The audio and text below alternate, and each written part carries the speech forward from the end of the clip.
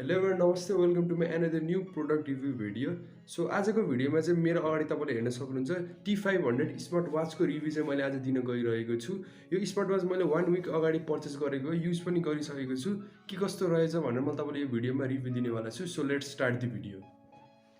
So अब तपाईले मेरो अगाडि हेर्न सक्नुहुन्छ यो बक्स छ र स्मार्ट वाच छ। फर्स्टमा मैले तपाईलाई यो बक्स चाहिँ देखाउनेवाला छु, अगाडि पछाडि के कस्तो छ भनेर। तल चाहिँ वाच T500 पनि लेखेको देख्न सक्नुहुन्छ। पछाडि यो चाहिँ यस्तो छ यो बक्सको, यहाँ तपाईको मेड इन चाइना पनि भनेर यहाँ चाहिँ लेखेको छ। यसलाई म अब खोलेर तपाईलाई के सामान यहाँ पाउने रहेछ म तपाईलाई यो सुरुमा यहाँ देखाउनेवाला छु। सो यो खोलिसकेपछि एउटा चाहिँ चार्जर चाहिँ एभाइलेबल छ, यो ब्लुटुथ स्मार्ट वाचको चार्जर। अनि अर्को तपाईको यो म्यानुअल गाइडहरु एभाइलेबल छ। यसलाई चाहिँ एकछिन साइडमा राखौँ। अनि फाइनली हाम्रो मेन भनेको चाहिँ यो स्मार्ट वाच हो। तपाईले हेर्न सक्नुहुन्छ अगाडि पछाडि यसको लुक्स यस्तो छ है भनेर। अनि यसको अब मैले एकचोटि अन गरेर पनि देखाउनेवाला छु तपाईहरुलाई। यस्तो रहेछ यो तपाईको अन गरेपछि। अनि यो मैले पर्चेस गरेको 1 वीक भइसकेको छ हैन। मैले यो युज पनि गरिसकेको छु। तपाईले यो स्क्रिनमा हल्का स्क्रैच पनि हेर्न सक्नुहुन्छ। यसको चाहिँ मलाई एउटा नराम्रो कुरा चाहिँ अलि यो स्क्रिन चाहिँ अलि सेन्सिटिभ लाग्यो। यो त्यही भएर यो एकै अलि छिटै नै स्क्रैचेसहरु यो लागिसकेको छ। तपाईले यो चाहिँ युज गर्ने बेला अलि ख्याल गरेर चाहिँ तपाईले यो युज गर्नु होला। अनि अर्को कुरा चाहिँ यसको फिचर्सहरु कुरा गर्नु परेमा तपाईले यहाँ स्क्रिनमा हेर्न सक्नुहुन्छ।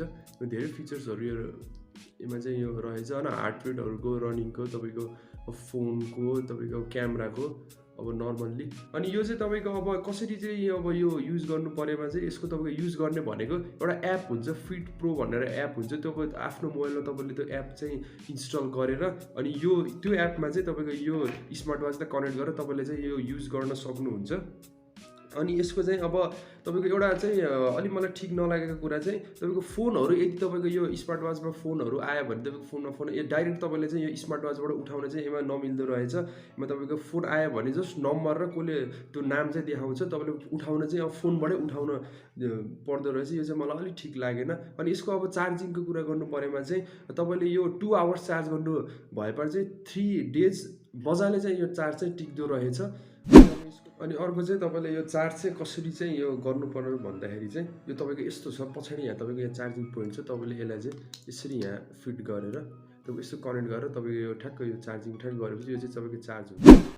अब यसको प्राइसको कुरा गर्नु परेमा अब यो स्मार्ट वाच चाहिँ धेरै डिफ्रेन्ट साइटहरुमा डिफ्रेन्ट प्राइसहरुमा 1000, 1200, 1500, 700, 2000 सम्मको पनि लिस्टेड छ। तर चाहिँ मैले सुलभ सपिङमा 900 मा यसलाई चाहिँ किनेको हो। तपाईले पनि यसलाई चाहिँ 1000 भन्दा बढी चाहिँ यसलाई नहालेर किन्नु होला। अनि यसको अब यसलाई रेटिङ दिनु परेमा चाहिँ मैले यसलाई 5 आउट अफ 3.5 चाहिँ यसलाई मैले रेटिङ दिन्छु।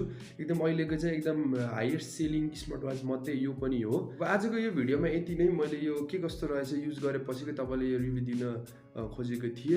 Meet you next product review video. Till that stay tuned.